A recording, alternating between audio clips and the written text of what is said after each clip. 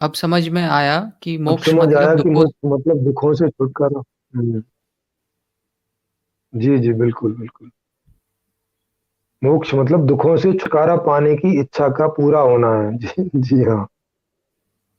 क्योंकि वास्तव में आदमी मोक्ष की इच्छा कर क्यों रहा है? क्योंकि यहाँ दुखी है तभी कर रहा है ना। अगर यहाँ सुखी होगा तो काहे को करेगा? वैसे भी साइकोलॉजिकल वे में भी समझ लो, मानसिक मतलब उस रूप में भी, कि अगर मैं सुखी होऊंगा तो मैं यहाँ से भागने की कोशिश क्यों करूंगा? भाई जेल में से ही लोग भागने की कोशिश करते हैं ना, महलों में से कौन भागता है?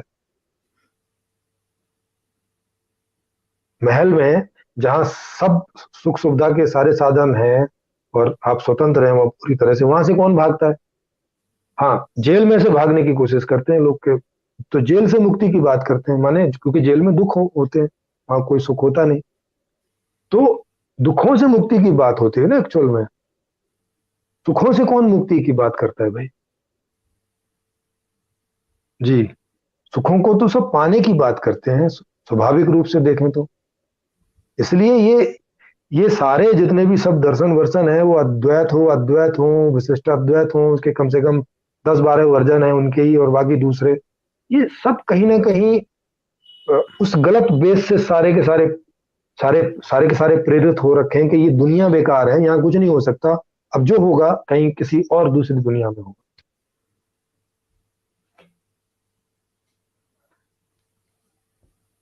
जी, और जी दर्शनों के